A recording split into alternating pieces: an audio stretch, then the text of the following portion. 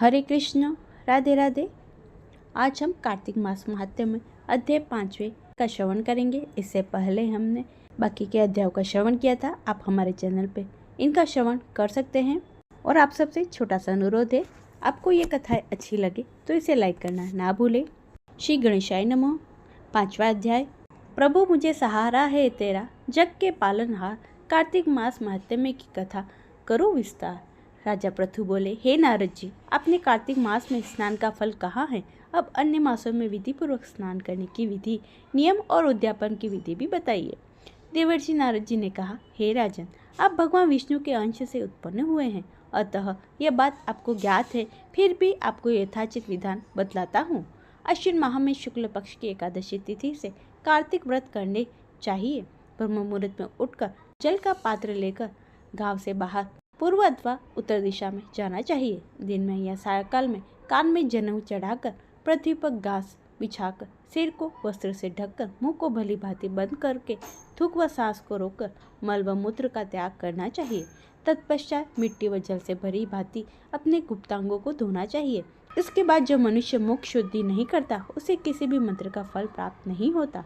अतः दांत और जीभ को पूर्ण रूप से शुद्ध करना चाहिए। निम्नलिखित मंत्र का उच्चारण करते हुए दातुन तोड़नी चाहिए। हे वनस्पति, आप मुझे आयु, कीर्ति, तेज, प्रज्ञा, पशु, संपत्ति, महाज्ञान, बुद्धि और विद्या प्रदान करो। इस प्रकार उच्चारण करके वृक्ष से बाहर अंगुल की दातुन ले। दूध वाले वृक्ष से दातुन नहीं लेनी चाहिए। इस प्रकार कपास, कांटेदार वृक्ष, जले हुए वृक्ष से भी दातुन नहीं लेना चाहिए, जिससे उत्तम गंध आती हो, इसकी टहनी कोमल हो। ऐसे ही वृक्ष दंत धावन ग्रहण करना चाहिए। प्रतिपदा, अमावस, नवमी, छठी, रविवार को चंद्र तथा सूर्य ग्रहण में दातुन नहीं करना चाहिए। तत्पश्चात भली भांति स्नान करके फूल, माला, चंदन, पान आदि पूजा की सामग्री लेकर प्रसन्न चित्त एवं भक्तिपूर्वक शिवालय में जाकर सभी देवी देवताओं को अर्घ, आचमनीय आदि वस्तुओं को पृथक पृथक पूजा करके प्रार्थना एवं प्रणाम करना चाहिए। फिर भक्तों के स्वर में स्वर मिलाकर श्रीहरि का कीर्तन करना चाहिए। मंदिर में जो गायक भगवान श्रीहरि का कीर्तन करने आए हो, उनको माला, चंदन, तांबूल आदि से पूजन करना चाहिए, क्योंकि देवालयों में भगवान विष्णु को अपनी तपस्या, योग और दान द्वारा प्रसन्न करते हैं। परंतु कलयुग में भगवत गुणगान को ही भगवान श्रीहरि को प्रसन्न करने का एकमात्र साधन माना गया है। नारद जी राजा पृथु से बोले, हे राजन, एक बार मैंने भगवान जी से पूछा, हे प्रभु, आप सबसे अधिक कहाँ निवास करते हैं? इसका उत्तर देते हुए भगवान जी ने कहा, हे नारद, मैं वैकुंठ और योगियों के हृदय में ही निवास नहीं करता, अपितु जहाँ मेरा भक्त मेरा कीर्तन करते हैं, मैं वहाँ अवश्य निवास करता हूँ। जो मनुष्य चंदन, माला आदि से मेरे भक्तों का पूजन करते हैं, उनको मेरी ऐसी प्रीति होती है जैसी मेरे पूजन से भी नहीं हो सकती। नारद जी ने कहा, शीरीष, धतूरा, गिरिजा, चमेली, केसर, कंदार, कटहल के फूलों, चावलों से भगवान विष्णु की पूजा नहीं करनी चाहिए। अड़हल, कंद, गिरीश, जूही, मालती और केवड़ा के पुष्पों से भगवान शंकर की पूजा नहीं करनी चाहिए। जिन देवताओं की पूजा में जो फूल निर्दिष्ट है, उन्हीं से उनका पूजन करना चाहिए। पूजन समाप्ति के बाद भगवान से क्षमा प्रार्थना करनी चाहिए, यथा, हे सुरेश्वर, हे देव, न मैं मंत्र जानता हूँ न क्रिया, मैं भक्ति से ही हीन हूँ। मैंने जो कुछ भी आपकी पूजा की है उसे पूरा करे। ऐसी प्रार्थना करने के पश्चात साष्टांग प्रणाम करके भगवान कीर्तन करना चाहिए, श्रीहरि की कथा सुननी चाहिए और प्रसाद ग्रहण करना चाहिए। जो मनुष्य उपरोक्त विधि के अनुसार कार्तिक व्रत का अनुष्ठान करते हैं, वह जगत के सभी सुखों को भोगते हुए अंत में मुक्ति को प्राप्त करते हैं। ये था आज का 5वां अध्याय। कार्तिक माह में 5वें दिन सुनी जाने वाली कहानी। एक ब्राह्मण और एक ब्राह्मणी थे, जो 7 कोस दूर गंगा जमुना स्नान करने जाते थे। रोज इतनी दूरी जाने आने से ब्राह्मणी थक जाती थी। एक दिन ब्राह्मणी कहती कि कोई बेटा होता, बहू आ जाती, घर वापस आने पर खाना बना हुआ मिलता, कपड़े धुले मिलते। ब्राह्मण कहता, तूने भली बात चलाई, चल मैं तेरे लिए बहू ला देता हूँ। ब्राह्मण फिर बोला, एक पोटली में थोड़ा सा आटा बांध दे, इसमें थोड़ी सी मोहर अशरी डाल दे और उसे पोटली बांध दे। और उसने पोटली बांधी और ब्राह्मण पोटली लेकर चल दिया। चलते चलते कुछ ही दूर एक गांव में जमुना जी के किनारे बहुत सारी सुंदर लड़कियां अपने घर बनाकर खेल रही थी। उनमें से एक लड़की बोलती है, मैं तो अपना घर नहीं बिगाड़ूंगी, मुझे तो रहने के लिए घर चाहिए। उसकी बात सुनकर ब्राह्मण के मन में वही लड़की छा गई। मन ही मन सोचने लगा कि बहू लगाने के लिए लड़की ठीक रहेगी। जब वह लड़की जाने लगी तो ब्राह्मण भी उसका पीछा करते हुए लड़की के पीछे पीछे चला और वह लड़की अपने घर पहुंचती है। तब ब्राह्मण बोला, बेटी कार्तिक का महीना है, मैं किसी के यहाँ खाना नहीं खाता। तुम अपनी माँ से पूछो, मेरा आटा छानकर 4 रोटी बना देगी क्या? यदि वह मेरा आटा छानकर रोटी बना देगी तभी मैं खाऊंगा। लड़की अपनी माँ को सारी बात बताती है। माँ कहती है, बेटी बाबा से कह दे, रोटी में 4 रोटी वह भी खा लेंगे। लेकिन लड़की कहती है, नहीं माँ, बाबा ने कहा मेरा आटा छानकर बनाएगी तभी वे खाएंगे। तब उसकी माँ कहती है, ठीक है, जा बाबा से कह दे अपना आटा दे दे। उससे आटा छाने और उसमें मोहर अरशरी निकलती है। वह सोचती है, जिसके आटे में इतनी मोहर अरशरफी है तो जिसके घर जाने कितनी होंगी।